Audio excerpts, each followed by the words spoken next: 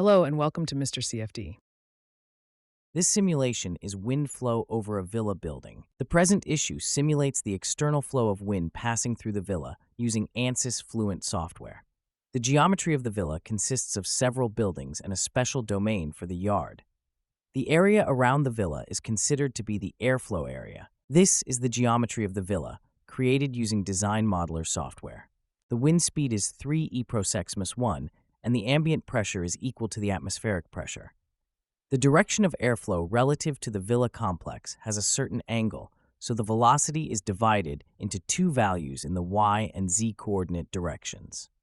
After creating the geometry, we use ANSYS machining software to create the mesh using the triangulation method and name the boundaries. The number of elements is 1,825,278. We save the geometry in mesh as a mesh file. First, we import the mesh into the program with .mesh file. Click File and go to Import, click Mesh, and search the mesh file in your files. Open Mesh folder and change Type File to All Files and select File Mesh and click OK. In the General tab, we have some options and settings. In the Scale tab, we can see the dimensions of the geometry, and we can change the mesh scale to meters, centimeters, millimeters, and other units. Click the check mesh and verify that the minimum volume is not negative. In the Display tab, we can see the boundaries and domain. This wall is the ground floor, and this wall part is the walls of the villa. These walls are the inlet, and these are the outlets. The interior part is the flow domain, and finally, this is the symmetry plane. In the Solver section, we select the pressure-based solver to use for the simulation of incompressible flow and flows with low-pressure changes. Also, select the absolute velocity formulation and choose steady for the simulation because the conditions are constant over time. For this simulation, we need to set the viscosity. In the Model tab, we select the Viscous section.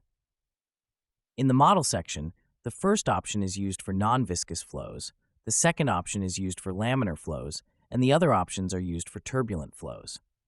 We select the K-epsilon standard model, which solves two equations for K and epsilon. We also select standard wall functions. This method reduces the need for very fine meshing near walls, which results in faster calculations. It also works well for turbulent flows, such as airflow over a building, where the boundary layer effects on walls are modeled. Click OK.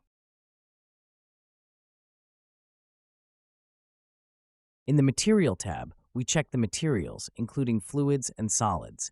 In the Cell Zone Conditions tab, we select Air for the zone and click Apply. In the Boundary Condition tab, change the view to Zone Type. Select the inlet. The type of the inlet is Velocity Inlet.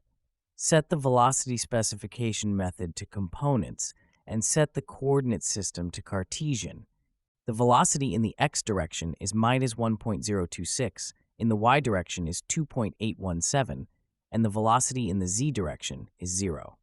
We set the turbulence option to 5% for turbulent intensity and 10 for the turbulent viscosity ratio. Turbulence intensity indicates the percentage of turbulence intensity in the flow, and the turbulence viscosity ratio indicates the ratio of turbulent viscosity to molecular viscosity. Click Apply. Now select the outlet. The type of the outlet is pressure outlet. The gauge pressure is 0 Pascal, and we set the turbulence option to 5% for backflow turbulent intensity and 10 for backflow turbulent viscosity ratio. Click Apply. The type of the wall and wall part 1 is wall.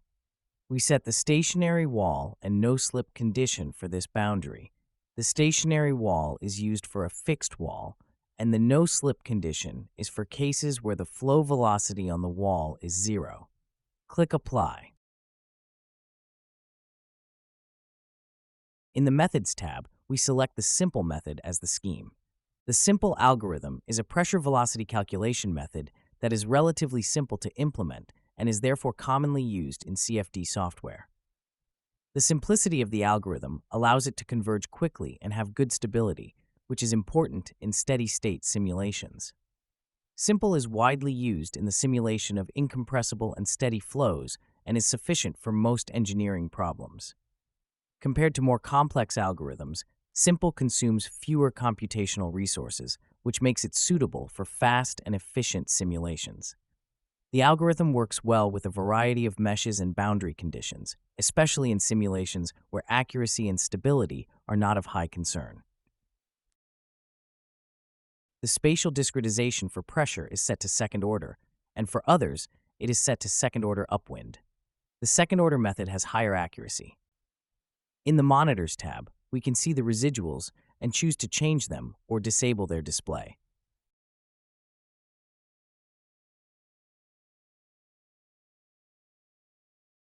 For initialization, we use the standard initialization and compute from the inlet.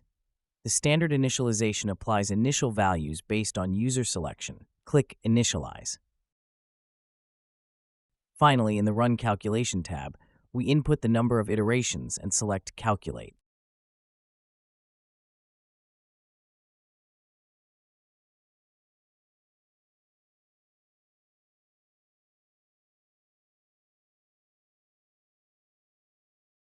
After the calculations are complete, we need to view the results.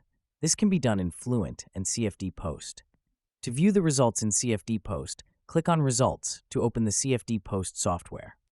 In CFD Post, we can draw vectors and contours to analyze the results. To do this, we can create planes and view our contours on these planes. To create a plane, we go to the Location section, click on Plane, and specify how to create the plane and move it in the desired direction. After that, we create a contour and select the location to create the contour. Next, we select the required quantity. We can also change the number of contour lines for better display.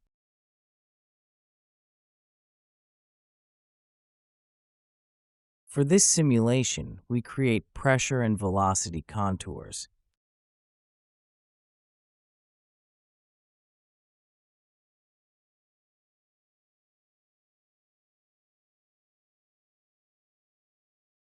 We can also draw a plane in XZ coordinates and see the pressure and velocity values on this plane.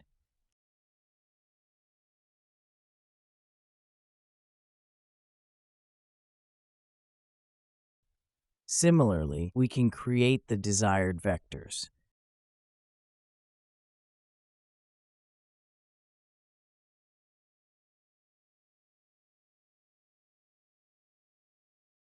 By adjusting the scale factor, we can improve the visualization.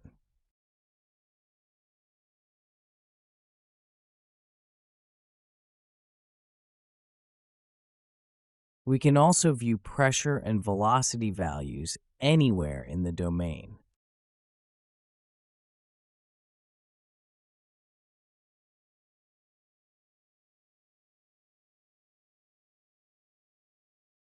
The pressure contours highlight areas of high and low pressure. Red typically indicates high pressure, while blue indicates low pressure. High pressure regions are often found on the windward side, where the flow hits, while lower pressure occurs on the leeward side, the opposite side. Areas of changing pressure gradients might indicate points of flow separation or stagnation. Stagnation points often appear at the front of obstacles where the flow stops temporarily before moving around the object. Velocity contours show how fast the fluid is moving in different regions.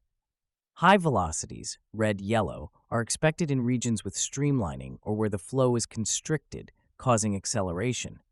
Low velocities, blue-green, could indicate flow separation, recirculation zones, or areas behind obstacles where the flow slows down. As the fluid flows over and around obstacles, it speeds up, accelerates, or slows down, decelerates, depending on the geometry of the objects.